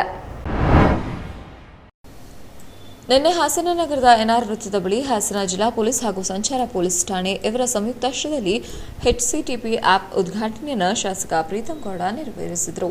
ದಿನ ಕಳೆದಂತೆ ಹಾಸನ ನಗರ ಬೆಳೆಯುತ್ತಿದೆ. ಸುತ್ತಮುತ್ತಲಿನ ಅನೇಕ ಹಳ್ಳಿಗಳು ನಗರೀಕರಣವಾಗುತ್ತಿದೆ. ಬೆಳಗ್ಗೆ ರಾತ್ರಿ ಸಮಯದಲ್ಲಿ ಆಟೋ ಚಾಲಕರು ಒಬ್ಬರೇ ಇದ್ದಾಗ ಏನಾದರೂ ಕೆಟ್ಟ ಘಟನೆಗಳು ನಡೆದಾಗ ತಕ್ಷಣ ಪೊಲೀಸ್ ಇಲಾಖೆ ಸಹಾಯ ಪಡೆಯಲು ಈ Hassan city traffic police app ಸಹಾಯಕವಾಗಿದೆ. ಸುಮಾರು 2 ವರ್ಷಗಳಿಂದ ಆಪ್ ತಯಾರಿಸಲು ಕೆಲಸ ಮಾಡಿದ ಹಾಸನ ನಗರದ ಸಾಫ್ಟ್ವೇರ್ ಡೆವಲಪರ್ ಮತ್ತು ಆಪ್ನ ಇಲಾಖೆಗೆ ಮಾಡಿಕೊಟ್ಟ ರಂಜಿತ್ HCN ನ್ಯೂಸ್ನೊಂದಿಗೆ ಮಾತನಾಡಿ, ನಾಗರಿಕರು ಈ ಆಪ್ನಿಂದ ತಾವು ಪ್ರಯಾಣಿಸುತ್ತಿರುವ ಆಟೋ ಚಾಲಕನ ಬಗ್ಗೆ ಮಾಹಿತಿ ತಿಳಿಯಬಹುದು. ಆಟೋ ಗ್ರಾಹಕರು ಪೊಲೀಸ್ ಇಲಾಖೆ ನೀಡಿರುವ ಆಪ್ನ ಬಳಸಿಕೊಂಡು ಅದರ ಪ್ರಯೋಜನ ಪಡೆಯಬಹುದಾಗಿದೆ ಮತ್ತು ತುರ್ತು ಸಂದರ್ಭದಲ್ಲಿ SOS ಬಟನ್ ಒತ್ತಿ ಪೊಲೀಸ್ ಸಹಾಯ ಪಡೆಯಬಹುದು ಎಂದು ತಿಳಿಸಿದರು. ಚಾಲಕರು ಆಟೋ ಓಡಿಸುವಾಗ ಅವಶ್ಯಕವಾಗಿ ಬೇಕಾಗಿರುವ ಎಲ್ಲ ದಾಖಲೆಯನ್ನು ಇಟ್ಟುಕೊಳ್ಳಬೇಕು. ಮೊಬೈಲ್ನಲ್ಲಿ ಆಪ್ ಡೌನ್ಲೋಡ್ ಮಾಡಿಕೊಂಡರೆ ಆಟೋದಲ್ಲಿ ಪ್ರಯಾಣ ಮಾಡುವ ಗ್ರಾಹಕ ಮತ್ತು ಚಾಲಕನಿಗೂ ಸುರಕ್ಷತೆ ಇರುತ್ತದೆ. ಇದರ ಪ್ರಯೋಜನ ಪಡೆಯುವಂತೆ ಸಾರ್ವಜನಿಕರಲ್ಲಿ ಮನವಿ ಮಾಡಿದರು.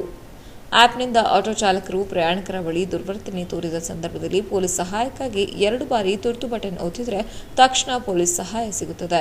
ಆದರೆ ಇದರಿಂದ ಚಾಲಕರಿಗೆ ಪ್ರಯಾಣಿಕರು ತೊಂದರೆ ನೀಡಿದಲ್ಲಿ ಸಹ ಪೊಲೀಸ್ ಸಹಾಯ ಪಡೆಯಬಹುದಾಗಿದೆ. ಜೊತೆಗೆ ತಮ್ಮ ದೂರುಗಳನ್ನು ಅಪ್ಡೇಟ್ ಮಾಡಬಹುದು. ಎಲ್ಲಾದರೂ ಅಪಘಾತಗಳು ನಡೆದ ಸಮಯದಲ್ಲಿ ಈ ಆಪ್ನ SOS ಬಟನ್ 2 ಬಾರಿ ಒತ್ತಿದ ತಕ್ಷಣವೇ ಪೊಲೀಸ್ ಸಹಾಯ ಪಡೆದು ಆಂಬ್ಯುಲೆನ್ಸ್ಗೆ ಕರೆ ಮಾಡಬಹುದಾಗಿದೆ. ಇದರಿಂದ ಲೊಕೇಶನ್ ಶೇರ್ ಆಗುವುದರಿಂದ ಪೊಲೀಸರಿಗೂ ಸ್ಥಳಕ್ಕೆ ತಲುಪಲು ಸುಲಭವಾಗಿದೆ ಎಂದು ಹೇಳಿದರು. ಈ ಆಪ್ನ SOS ಬಟನ್ ಒತ್ತಿದ ಸಂದರ್ಭದಲ್ಲಿ ಪೊಲೀಸ್ ಇಲಾಖೆಯ control room, Hassan SP, Hassan ಸಂಚಾರಿ ಠಾಣೆ, PSI ಸೇರಿ 4 ಕಡೆ ಸಂದೇಶ ತಲುಪುತ್ತದೆ. ಬೇಗ ಸಹಾಯ ಸಿಗುತ್ತದೆ. ಜನರು ಇದರ ಪ್ರಯೋಜನ ಪಡೆದರೆ ಮುಂದೆ ಇನ್ನೂ ಹೆಚ್ಚಿನ ಸೌಲಭ್ಯ ಕಲ್ಪಿಸಬಹುದು ಎಂದರು. 2 ವರ್ಷದಿಂದ SP ಸರ್ ಜೊತೆ ಒಂದು ವರ್ಕ್ನ ಮಾಡ್ತಾ ಇದ್ದೀವಿ. ಹೊಸದಾಗಿ ಏನಾದ್ರು ಆ್ಯಪ್ಗಳು ಮಾಡೋದು. ಇವಾಗ ಸರ್ ಸಪೋರ್ಟಿಂದಾಗಿ ನಾವು ವಿಪಾಸ್ ಅಪ್ಲಿಕೇಶನ್ನ ಒಂದು ಡೆವಲಪ್ ಮಾಡೋದು, ಅಂದರೆ ಕೋವಿಡ್ ಸಮಯದಲ್ಲಿ. ಅದು ತುಂಬ ಹೆಲ್ಪ್ ಆಯಿತು. ಅದೇ ರೀತಿ ನಾವೇನು ಮಾಡ್ತಾ ಇದ್ದೀವಿ, ಇವಾಗ ಜನಗಳಿಗೆ ಯಾವ ರೀತಿ ಒಳ್ಳೆಯದನ್ನು ಮಾಡ್ಬೋದು ಅಂತ ಆಲೋಚನೆ ಮಾಡಿ ಮತ್ತು ಇವಾಗ ನಾವು ಹೊಸದಾಗಿ ಬಂದಿರೋದು SCTP, Hassan city traffic police ಅಂತ. ಈ ಆ್ಯಪ್ ಯಾವ ರೀತಿ ಅನುಕೂಲ ಆಗುತ್ತೆ ಅಂದರೆ ನಾಟ್ ಓನ್ಲಿ ಫಾರ್ ನಮ್ಮಂಥ ಕಾಮನ್ ಪೀಪಲ್ಸ್ಗೆ ಅಷ್ಟೇ ಅಲ್ಲ, ಡ್ರೈವರ್ಸ್ಗಳಿಗೆ ಕೂಡ ಹೆಲ್ಪ್ ಆಗುತ್ತೆ. ಆಟೋ ಡ್ರೈವರ್ಸ್ಗೆ ನಾವು ಈ ಆ್ಯಪಲ್ಲಿ ಏನೇನು ಇನ್ಫಾರ್ಮೇಷನ್ಸ್ ಪಡ್ಕೋಬೋದು. ಇವಾಗ ಆಟೋದ ಡ್ರೈವರ್ಸ್ ಬರ್ತಾನೆ ಅಂದರೆ ನಾವು ಆಟೋದಲ್ಲಿರೋ ಡ್ರೈವರು ಅವನೇನಾ, ಯಾಕೆಂದರೆ ಡಿಸ್ಪ್ಲೇ ಕಾರ್ಡ್ ಒಂದಿರುತ್ತೆ ಮತ್ತು ಬೇರೆ ಡ್ರೈವರ್ ಬಂದಿರ್ತಾನೆ. ಅಂಥ ಟೈಮಲ್ಲಿ ನಾವು ಕಂಪ್ಲೇಂಟ್ ಮಾಡ್ಬೋದು. ಇಲ್ಲ ಅಂದರೆ ಇವಾಗ ಫಾರ್ ಎಕ್ಸಾಂಪಲ್ ನಾವು ಅವನೇನಾ ಡ್ರೈವರ್ ಅಲ್ವಾ ಅಂತ ನಮಗೆ ಇನ್ನೂ ಡೌಟ್ ಇತ್ತು, ಡಿಸ್ಪ್ಲೇ ಕಾರ್ಡ್ ಕೊಟ್ಟಿದ್ದಾರಾ ಇಲ್ವಾ, ಇಲ್ಲ ಅವರೇ ಹಾಕ್ಕೊಂಡಿರೋದ ಅಂತ ನಮಗೆ ಮಾಹಿತಿ ಬೇಕು ಅಂದರೆ ನಮ್ಮದೇ ಆದ ಹಾಸನ್ ಸಿಟಿ ಪೊಲೀಸ್ ಆ್ಯಪ್ ಅಂತಿದೆ. ಈ ಆ್ಯಪ್ನ ನಾವು ಓಪನ್ ಮಾಡಿಕೊಂಡ್ರೆ ನಮಗೆ ಇಲ್ಲಿ ಸ್ಕ್ಯಾನ್ ಅಂತ QR ಕೋಡ್ ಅಂತಿರುತ್ತೆ. ಆ ಸ್ಕ್ಯಾನ್ QR ಕೋಡ್ನ ಕ್ಲಿಕ್ ಮಾಡಿ ಜಸ್ಟ್ ಅಲ್ಲೊಂದು QR ಕೋಡ್ ಇರುತ್ತೆ, ಅದನ್ನು ನೀವು ಸ್ಕ್ಯಾನ್ ಮಾಡಿದ್ರಿ ಅಂದರೆ ನಿಮಗೆ ಡ್ರೈವರ್ದು ಡೀಟೇಲ್ಸ್ ಬಂದುಬಿಡುತ್ತೆ. ಮತ್ತು ಅದೇ ರೀತಿ ನೀವು ಇವಾಗ ಇಲ್ಲಿ ಸಾಸ್ ಬಟನ್ ಅಂತ ಇದೆ, SOS ಅಂತ. ಈ ಸಾಸ್ ಬಟನ್ ಏನು ಮಾಡುತ್ತೆ ಅಂದರೆ ಇವಾಗ ನಾವು ಎಮರ್ಜೆನ್ಸಿಲಿ ಇದ್ದೀವಿ, ನಮ್ಮ ಮೇಲೆ ಏನೋ ರಾಬರಿ ಆಗ್ತಾಯಿದೆ ಆಟೋದಲ್ಲಿ ಇದ್ದಾಗ, ಇಲ್ಲ ಯಾರೋ ಒಬ್ಬರು ಮೊಲೆಸ್ಟೇಟ್ ಮಾಡ್ತಾ ಇದ್ದಾರೆ ಡ್ರೈವರ್ಸ್ ಅಂದಾಗ ನಾವು ಈ ಬಟನ್ನ 2 ಸರಿ ಒತ್ತೋದ್ರಿಂದ ಏನಾಗುತ್ತೆ, ಇಮಿಡಿಯೇಟ್ ಟ್ರಾಫಿಕ್ ಪೊಲೀಸ್ ನಮ್ಮ ಹೆಲ್ಪಿಗೆ ಬರ್ತಾರೆ. ಮತ್ತು ಅದೇ ರೀತಿ ಇದು ಬರೀ ಪಬ್ಲಿಕ್ಕಿಗೆ ಮಾತ್ರ ಅಲ್ಲ, ಇವನ್ ಆಟೋ ಚಾಲಕರಿಗೆ ಕೂಡ ತುಂಬ ಹೆಲ್ಪ್ ಆಗುತ್ತೆ. ಯಾವ ರೀತಿ ಅವ್ರಿಗೆ ಹೆಲ್ಪ್ ಆಗುತ್ತೆ ಅಂದರೆ ಇವಾಗ ಆಟೋ ಚಾಲಕರು ತುಂಬ ದೂರಕ್ಕೆ ಪ್ರಯಾಣ ಮಾಡೋ ಅಂತ ಇರುತ್ತೆ ನೈಟ್ ಹೊತ್ತು ಒಬ್ಬೊಬ್ಬರೇ. ಅವರು ದೂರಕ್ಕೆ ಕಸ್ಟಮರ್ನ ಹೋಗುವಾಗ ಆ ಕಸ್ಟಮರ್ಸೇ ಆಟೋ ಚಾಲಕರ ಮೇಲೆ ಹಲ್ಲೆ ಮಾಡೋ ಅಂಥ ಚಾನ್ಸಸ್ ಇರುತ್ತೆ.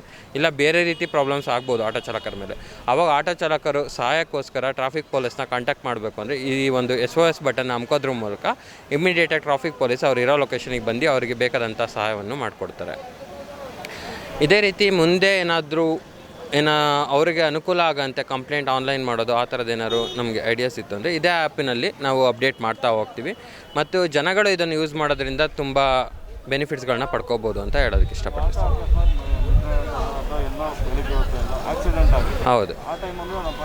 ಹೌದು, ಇದರಿಂದ ಇಮಿಡಿಯೇಟ್, ಯಾಕೆಂದರೆ ನಮಗೆ ಟ್ರಾಫಿಕ್ ಪೊಲೀಸು 24 hours ಅಲರ್ಟ್ ಇರ್ತಾರೆ. ಅದರಿಂದಾಗಿ ಮತ್ತು ಇದು ನಾವು ನಾಟ್ ಓನ್ಲಿ ಇದು ಸಾಸ್ ಬಟನ್ ಪ್ರೆಸ್ ಮಾಡ್ತಿದ್ದಂಗೆ ನಮಗೆ ಇದು 4 ಕಡೆ ಹೋಗುತ್ತೆ. ಒಂದು ಸಂತೋಷ್ ಸರ್ ಕಂಟ್ರೋಲ್ ರೂಮ್ಗೆ ಹೋಗುತ್ತೆ, ಮತ್ತು ಇನ್ನೊಂದು ಪ್ರಮೋದ್ ಸರ್ ಅವ್ರಿಗೂ ಹೋಗುತ್ತೆ, ಮತ್ತು SP ಸರ್ಗೂ ಹೋಗುತ್ತೆ. ಸೊ ಆಗ ಹೋಗೋದ್ರಿಂದ ಏನಾಗುತ್ತೆ ಅಂದರೆ ಇಮಿಡಿಯೇಟ್ ಆ್ಯಕ್ಷನ್ಸ್ ತೊಗೊಳೋದ್ರಿಂದ ನಿಮಗೆ ಇಮಿಡಿಯೇಟ್ ಪೊಲೀಸ್ ಸಪೋರ್ಟ್ ಸಿಗುತ್ತೆ. ಸೊ ಪೊಲೀಸ್ ಸಪೋರ್ಟ್ ಇಮಿಡಿಯೇಟಾಗಿ ಸಿಗೋದ್ರಿಂದ ಏನಾಗುತ್ತೆ, ನೀವು ಯಾವುದೇ ರೀತಿ ಆಂಬುಲೆನ್ಸ್ ಸಪೋರ್ಟ್ ಆಗಿರ್ಬೋದು ಪ್ರತಿಯೊಂದು ನಾವು ಮಾಡೋ ಅಂಥ ಚಾನ್ಸಸ್ ಇರುತ್ತೆ. ಯಾಕೆಂದರೆ ಇವಾಗ ಮಾರ್ನಿಂಗ್ ಹೊತ್ತು ಒಬ್ಬೊಬ್ಬರೇ ಆಟೋ ಚಾಲಕರು ಹೋಗ್ತಿದ್ರು, ನಮಗೆ ಜನಗಳ ಓಡಾಟ ಕಡಿಮೆ ಇದೆ ಅಂದಾಗ ಆಕ್ಸಿಡೆಂಟ್ ಆದರೂ ಗೊತ್ತಾಗಲ್ಲ ಎಲ್ಲಾಗಿದೆ ಏನು ಅಂತ. ಅಂಥ ಟೈಮಲ್ಲಿ ಆಟೋ ಡ್ರೈವರ್ ಈ ಬಟನ್ ಒತ್ತೋದ್ರಿಂದ ಏನಾಗುತ್ತೆ, ಅವ್ರಿಗೆ ಒಂದು ಬ್ಯಾಕ್ ಸಪೋರ್ಟ್ ಸಿಗ್ತಾ ಹೋಗುತ್ತೆ ಅನ್ನೋ ಒಂದು ಅನುಕೂಲ ಇರುತ್ತೆ. ಆಲೂರು ತಾಲೂಕಿನ ಕಾರಜವಳ್ಳಿಯಲ್ಲಿರುವ ಮಠದಲ್ಲಿ ಶ್ರೀ ಶಂಭುಲಿಂಗ ಶಿವಾಚಾರ್ಯ ಸ್ವಾಮೀಜಿ ನೇಣಿಗೆ ಶರಣಾದ ಪ್ರಕರಣವನ್ನು ಪೊಲೀಸರು ಗಂಭೀರವಾಗಿ ಪರಿಗಣಿಸಿದ್ದು ವಿವಿಧ ಆಯಾಮಗಳಲ್ಲಿ ತನಿಖೆ ಚುರುಕುಗೊಂಡಿದೆ. ಅನುಮಾನಾಸ್ಪದವಾಗಿ ಸಾವಿಗೀಡಾಗಿರುವ ಕಾರಜವಳ್ಳಿ ಮಠದ ಶಂಭುಲಿಂಗ ಶಿವಾಚಾರ್ಯ ಸ್ವಾಮೀಜಿ ಪ್ರಕರಣದ ಬೆನ್ನಟ್ಟಿರುವ ಪೊಲೀಸರು ವಿವಿಧ ಆಯಾಮಗಳಲ್ಲಿ ತನಿಖೆ ಆರಂಭಿಸಿದ್ದಾರೆ. ಈಗಾಗಲೇ ಕೆಲವು ಮಾಹಿತಿಗಳನ್ನು ಸಂಗ್ರಹಿಸಿರುವ ಪೊಲೀಸರು ಸ್ಥಳೀಯರ ಮಾಹಿತಿಯನ್ನಾಧರಿಸಿ ಪ್ರಕರಣವನ್ನು ಚುರುಕುಗೊಳಿಸಿದ್ದಾರೆ.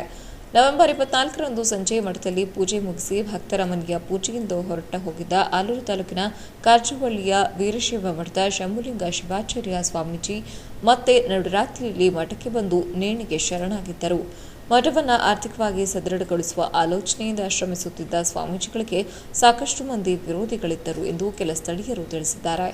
ಜಾನುವಾರು ಸಾಕಣೆ, ಕೃಷಿ ಚಟುವಟಿಕೆ, ಮನೆಗೆಲಸ ಮುಂತಾದವುಗಳಿಂದ ಹಿಡಿದು ಹಸುವಿನ ಹಾಲು ಕರೆದು ಡೈರಿಗೆ ಹಾಕುವ ತನಕ ತಾವೇ ಎಲ್ಲ ಕೆಲಸವನ್ನ ಮಾಡಿಕೊಳ್ಳುತ್ತಿದ್ದರು. ಡೈರಿಗೆ ಹೋದ ವೇಳೆ ಸರತಿ ಸಾಲಿನಲ್ಲಿ ಸ್ವಾಮೀಜಿಗಳನ್ನು ನಿಲ್ಲಿಸಬಾರದೆಂಬ ಉದ್ದೇಶದಿಂದ ಸ್ವಾಮೀಜಿಗೆ ಮೊದಲ ಪ್ರಾಶಸ್ತ್ಯ ನೀಡುತ್ತಿದ್ದರು. ಅಲ್ಲದೆ ಸ್ವಾಮೀಜಿ ವೀರಶೈವರಿಗೆ ಹೆಚ್ಚಿನ ಪ್ರಾಶಸ್ತ್ಯ ನೀಡುತ್ತಿದ್ದು ಇತರ ಜನಾಂಗದವರನ್ನ ಕಡೆಗಣಿಸುತ್ತಿದ್ದರು ಎಂಬ ಆರೋಪವೂ ಇತ್ತು ಎಂದು ಹೇಳಲಾಗುತ್ತಿದೆ. ಹೀಗಾಗಿ ಕೆಲವರಿಗೆ ಸ್ವಾಮೀಜಿಯವರ ಮೇಲೆ ಅಸಮಾಧಾನ ಇತ್ತು ಎನ್ನಲಾಗಿದೆ. ಮಠಕ್ಕೆ ನಿಜಕ್ಕೂ ಆರ್ಥಿಕ ಮುಗ್ಗಟ್ಟು ಇರಲಿಲ್ಲ ಎನ್ನುತ್ತಾರೆ ಮಠದ ಭಕ್ತರು ಮತ್ತು ಕೆಲವು ಸ್ಥಳೀಯರು. ಆದರೆ ಮಠದ ಆದಾಯದಲ್ಲಿ ಸೋರಿಕೆಯಾಗಿತ್ತು ಎಂಬ ಅನುಮಾನವನ್ನು ಕೆಲವರು ವ್ಯಕ್ತಪಡಿಸಿದ್ದು, ಸ್ವಾಮೀಜಿಗಳು ಮಠದ ಬ್ಯಾಂಕ್ ಖಾತೆಯಿಂದ ಯಾವ ಖಾತೆಗಳಿಗೆ ಹಣವನ್ನು ವರ್ಗಾವಣೆ ಮಾಡಿದ್ದಾರೆ ಮತ್ತು ಮಠಕ್ಕೆ ಯಾರ್ಯಾರು ಹಣವನ್ನು ವರ್ಗಾಯಿಸಿದ್ದಾರೆ ಎಂಬುದರ ಸಂಪೂರ್ಣ ಮಾಹಿತಿಯನ್ನು ಪೊಲೀಸರು ಮಾಹಿತಿ ಕಲೆ ಹಾಕುತ್ತಿದ್ದಾರೆ. ಅಲ್ಲದೆ ಸ್ವಾಮೀಜಿಯವರ ವೈಯಕ್ತಿಕ ಖಾತೆಯಿಂದಲೂ ಕೆಲವು ವ್ಯಕ್ತಿಗಳಿಗೆ ಹಣ ವರ್ಗಾವಣೆ ಆಗಿದೆ ಎಂಬ ಮಾಹಿತಿ ಹಿನ್ನೆಲೆಯಲ್ಲಿ ಪೊಲೀಸರು ಬ್ಯಾಂಕ್ ಡೀಟೇಲ್ಸ್ ಹುಡುಕಿ ಹೊರಟಿದ್ದಾರೆ. ನನ್ನ ಸಾವಿಗೆ ನಾನೇ ಕಾರಣ ಎಂದು ಬರೆದು ಸ್ವಾಮೀಜಿ ಸಾವಿಗೀಡಾಗಿದ್ದು ಸಾಕಷ್ಟು ಅನುಮಾನಗಳಿಗೆ ಎಡೆ ಮಾಡಿಕೊಟ್ಟಿದೆ. HCN news Alur. ಕೊನೆಯಲ್ಲಿ ಮತ್ತೊಮ್ಮೆ ಮುಖ್ಯಾಂಶಗಳು. ರಾಜ್ಯದಲ್ಲಿ ಕೋವಿಡ್ ನಿಯಂತ್ರಣ ಜಾಗೃತಿ, ಕೇಂದ್ರ ಗೃಹ ಸಚಿವಾಲಯದಿಂದ ಹೊಸ ಮಾರ್ಗಸೂಚಿ ಪ್ರಕಟ. ಹಾಸನ ಜಿಲ್ಲೆಯಲ್ಲಿ ಇಂದು 43 ಪಾಸಿಟಿವ್ ಪತ್ತೆ, 27,000 ಗಡಿಯತ್ತ ಕೊರೋನಾ ಸೋಂಕಿತರ ಸಂಖ್ಯೆ. ಮುಂದಿನ 15ರಿಂದ 20 ದಿನಗಳಲ್ಲಿ ರಾಜ್ಯದಲ್ಲಿ ಸುಧಾರಿತ ಹಾಗೂ ಕ್ರಾಂತಿಕಾರಿ ಪಿಂಚಣಿ ಯೋಜನೆ ಜಾರಿ, ಪಿಂಚಣಿದಾರರ ವಿವರ ಆಧಾರ್ಗೆ ಜೋಡಣೆ. ಕಂದಾಯ ಸಚಿವ ಆರ್ ಅಶೋಕ್ ಹೇಳಿಕೆ. ಕರ್ನಾಟಕದಲ್ಲಿ ಕನ್ನಡಿಗ ತನ್ನ ಹಕ್ಕುಗಳಿಗಾಗಿ ಹೋರಾಟ ಮಾಡಬೇಕಾಗಿರುವುದು ದುರಂತ. ರಾಜ್ಯ ಸರ್ಕಾರದಿಂದ ವೋಟ್ ಬ್ಯಾಂಕ್ ರಾಜಕಾರಣ. ಕರ್ನಾಟಕ ರಕ್ಷಣಾ ವೇದಿಕೆ ಸ್ವಾಭಿಮಾನಿ ಸೇನೆಯ ರಾಜ್ಯಾಧ್ಯಕ್ಷ ನಿಂಗರಾಜ್ ಗೌಡ ಆರೋಪ. ಇಷ್ಟೊತ್ತು ನೀವು ನೋಡಿದ್ದು ಹಾಸನದ ಸುದ್ದಿ ಅಂದ್ರೆ HCN ನ್ಯೂಸ್.